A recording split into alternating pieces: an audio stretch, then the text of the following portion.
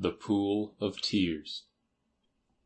"Curiouser and curiouser," cried Alice. She was so much surprised that for the moment she quite forgot how to speak good English. "Now I'm opening out like the largest telescope that ever was. Good-bye, feet."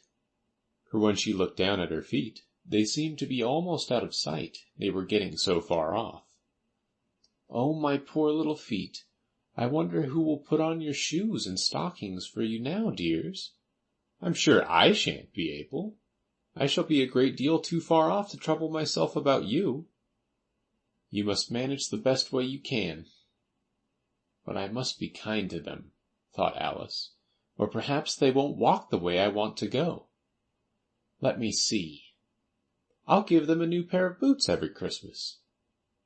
And she went on planning to herself how she would manage it. "They must go by the carrier," she thought. "And how funny it'll seem, sending presents to one's own feet. And how odd the directions will look. Alice's right foot, Esquire, hearthrug near the fender. With Alice's love." Oh dear, what nonsense I'm talking. Just then her head struck against the roof of the hall. In fact, she was now more than 9 feet high, and she at once took up the little golden key and hurried off to the garden door. Poor Alice! It was as much as she could do, lying down on one side, to look through into the garden with one eye, but to get through was more hopeless than ever. She sat down and began to cry again. "You ought to be ashamed of yourself," said Alice. "A great girl like you," she might well say this, "to go on crying in this way. Stop this moment, I tell you."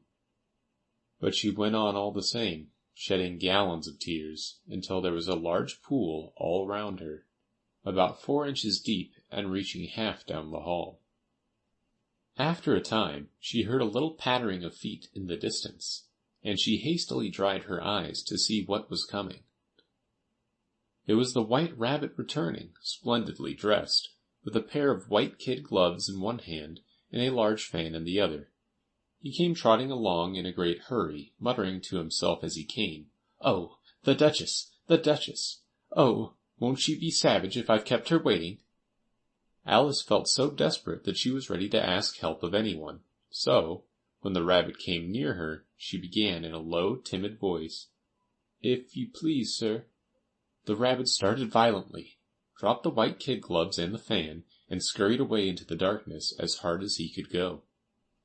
Alice took up the fan and gloves, and as the hall was very hot, she kept fanning herself all the time she went on talking. "Dear, dear, how queer everything is today! And yesterday things went on just as usual. I wonder if I've been changed in the night. Let me think. Was I the same when I got up this morning? I almost think I can remember feeling a little different. But if I'm not the same, the next question is, who in the world am I? Ah, that's the great puzzle."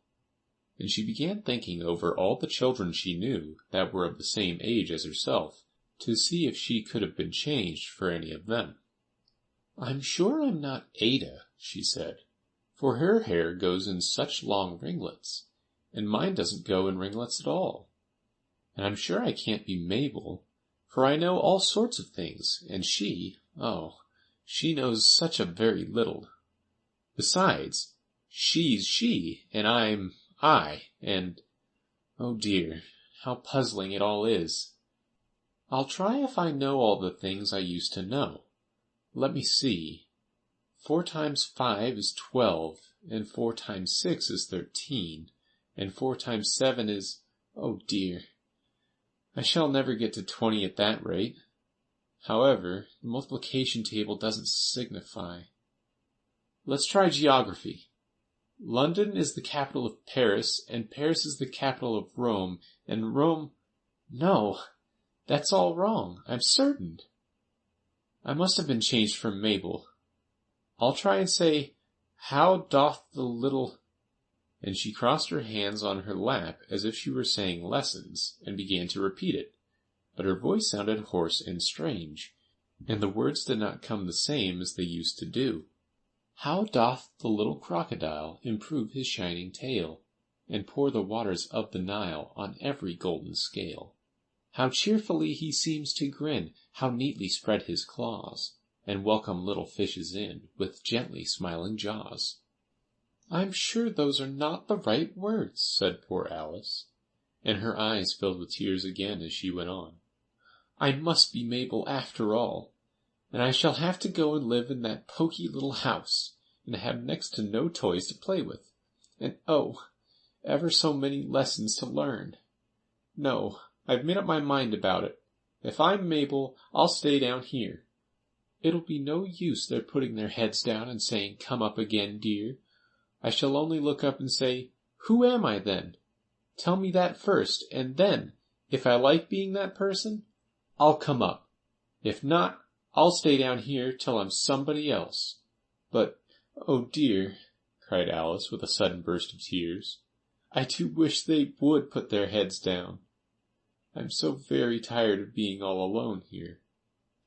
As she said this, she looked down at her hands, and was surprised to see that she had put on one of the rabbit's little white kid gloves while she was talking. How can I have done that? She thought. I must be growing small again. She got up and went to the table to measure herself by it, and found that, as nearly as she could guess, she was now about 2 feet high, and was going on shrinking rapidly. She soon found out that the cause of this was the fan she was holding, and she dropped it hastily, just in time to avoid shrinking away altogether. That was a narrow escape, said Alice, a good deal frightened at the sudden change, but very glad to find herself still in existence. And now for the garden. And she ran with all speed back to the little door, but alas, the little door was shut again, and the little golden key was lying on the glass table as before. And things are worse than ever, thought the poor child, for I never was so small as this before, never, and I declare it's too bad, that it is. As she said these words, her foot slipped, and in another moment, splash! She was up to her chin in salt water. Her first idea was that she had somehow fallen into the sea, and in that case I can go back by railway, she said to herself. Alice had been to the seaside once in her life, and had come to the general conclusion that wherever you go to on the English coast, you find a number of bathing machines in the sea, some children digging in the sand with wooden spades, then a row of lodging houses, and behind them a railway station. However, she soon made out that she was in the pool of tears which she had wept when she was 9 feet high.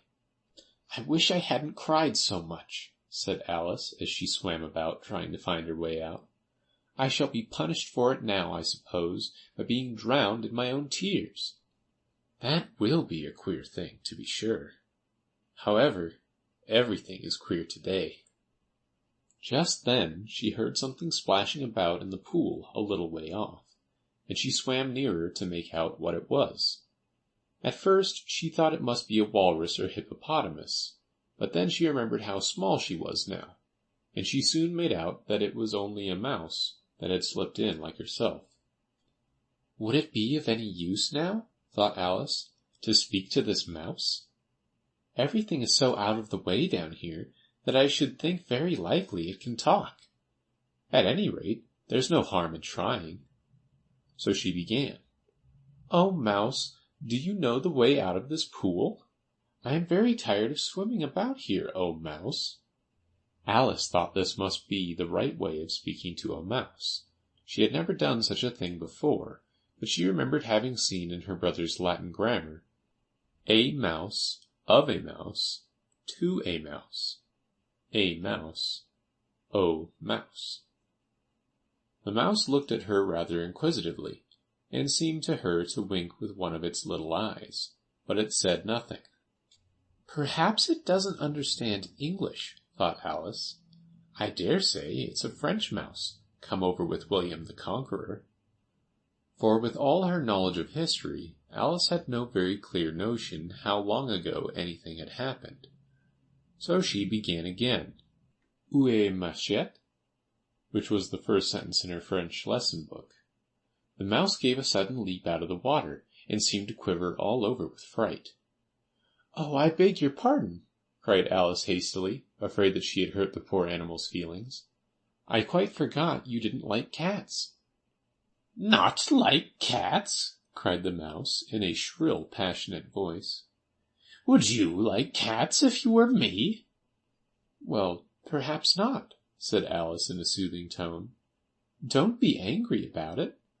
And yet I wish I could show you our cat Dinah. I think you'd take a fancy to cats if you could only see her. She is such a dear, quiet thing." Alice went on, half to herself, as she swam lazily about in the pool. "And she sits purring so nicely by the fire, licking her paws and washing her face, and she is such a nice soft thing to nurse. And she's such a capital one for catching mice. Oh, I beg your pardon," cried Alice again, for this time the mouse was bristling all over, and she felt certain it must be really offended. "We won't talk about her any more if you'd rather not."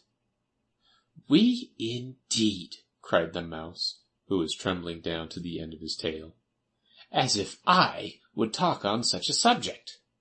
Our family always hated cats. Nasty, low, vulgar things. Don't let me hear the name again." "I won't indeed," said Alice, in a great hurry to change the subject of conversation. Are you fond of dogs?" The mouse did not answer, so Alice went on eagerly. "There is such a nice little dog near our house, I should like to show you.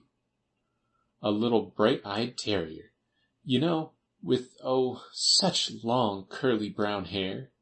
And it'll fetch things when you throw them, and it'll sit up and beg for its dinner, and all sorts of things. I can't remember half of them. And it belongs to a farmer, you know, and he says it's so useful. It's worth £100. He says it kills all the rats and— Oh, dear," cried Alice in a sorrowful tone, "I'm afraid I've offended it again."